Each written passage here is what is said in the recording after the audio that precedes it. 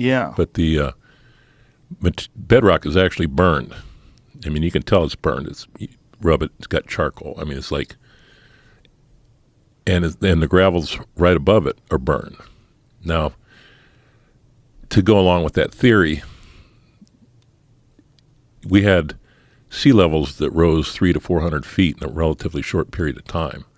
And Beringia, which was that land bridge that came across, suddenly it was no longer a land bridge, it was underwater. Worldwide, sea levels rose 300 to 400 feet around the globe. Yeah, quickly. Real quick. And might have been quicker than the megafauna could adopt to. Megafauna had to have the right ecosystem to live in, and it changed too quick, and they couldn't adopt. That's my theory. Adapt, yeah. Yeah. So that's probably part of it too, right? Because some of the things probably survived. They think a lot of things died on the impacts or during the floods and if you found charcoal, I mean, they found this stuff that they call nuclear glass. It's called trinitite, I believe is the way they pronounce it. But it's the same sort of material they found during the Trinity explosion, which is like from the immense impact of the explosion, it turns sand and particles into glass. And they find that all around the world at that same, when they do core samples at that same time period. And so if there's impacts like that, there's most likely fires. Mm-hmm. And so that's probably what you're looking at. It could be. Yeah. Or it could be some other sort of mass fire that hit that area. But it's under 60 feet of silt, 10 to 15 feet of gravel. And where this is located is the widest pay streak in the interior. It's about a mile wide, this pay streak, where the gold is.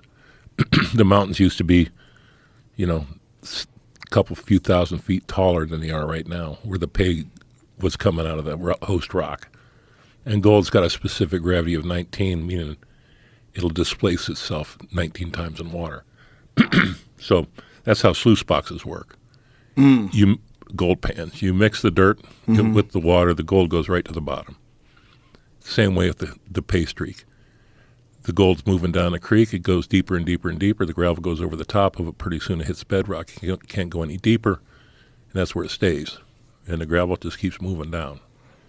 So there was a lot of water that went through this valley. This creek there now is not 15 feet wide, but the valley itself with the pay gravels is a mile wide. Wow. And there's gold throughout the whole thing. So at one point in time, there could have been a river that's a mile wide that was running through there. Could have been. I don't know. And these animals that they said that aren't supposed to be there, what animals are those? Dire wolves being one of them. Dire wolves? You found dire wolves? Dire wolves. Do you have photos of this stuff? Is it all up on your Instagram? Yeah. Well, Jamie's looking. Yeah, there might be some on that on my page. So when you found dire wolves, like in what condition? Just the bones? Yeah. Because you found some tissue too, which is kind of crazy. Yeah. Like a lot of these animals died, and you found little pieces of soft tissue and tendons and ligaments, which those paleontologists were thrilled by. Like they couldn't believe it. Yeah. Yeah, they had bones with marrow still in them.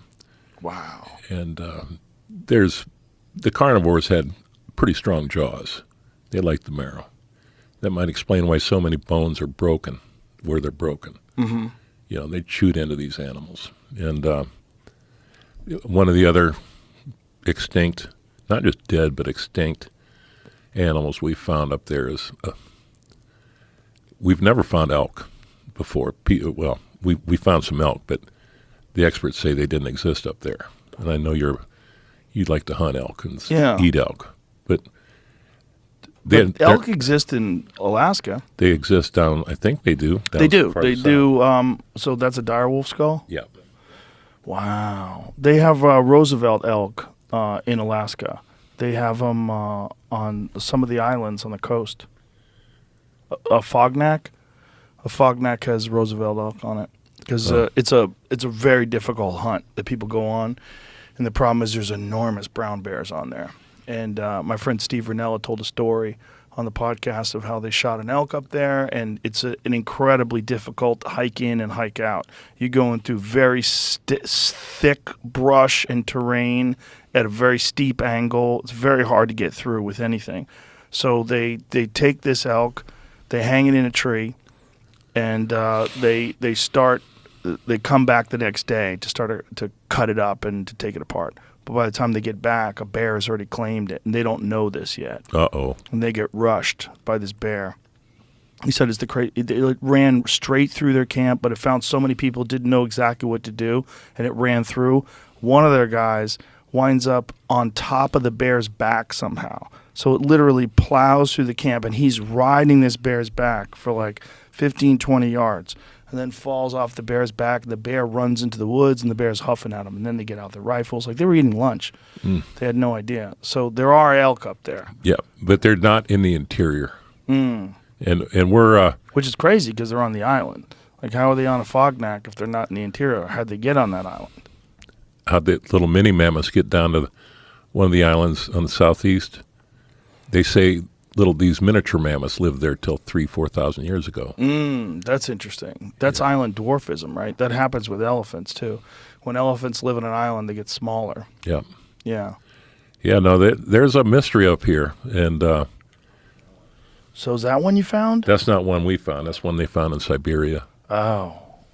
But the same sort of situation. Yeah, It's like we found one. permafrost is melting, and that one actually has tissue all over it. Yeah, we have a specimen that was found called Effie for Fairbanks Exploration. That's a mammoth trunk in his leg and his skull cap and stuff. We have found a lot over the years, and they all, there was a deal with AMNH, and you might have heard me rant about that a little bit. No. What's AMNH? Alaska American Museum of Natural History. Back in 1920s, when the company started hydraulicking, they started unearthing all these fossils. The company had 8 bucket line dredges running. So they were moving millions of yards. They moved 277 million yards of silt hydraulically, which was just 17 million more yards than they dug out of the Panama Canal.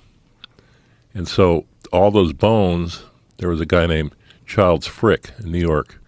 His father was Henry Frick, the U.S. Steel magnate with Carnegie. They decided to get a hold of the USS R&M company in Boston. And they said, hey, how about we finance to get these bones out of Alaska and bring them to AMNH? So they worked with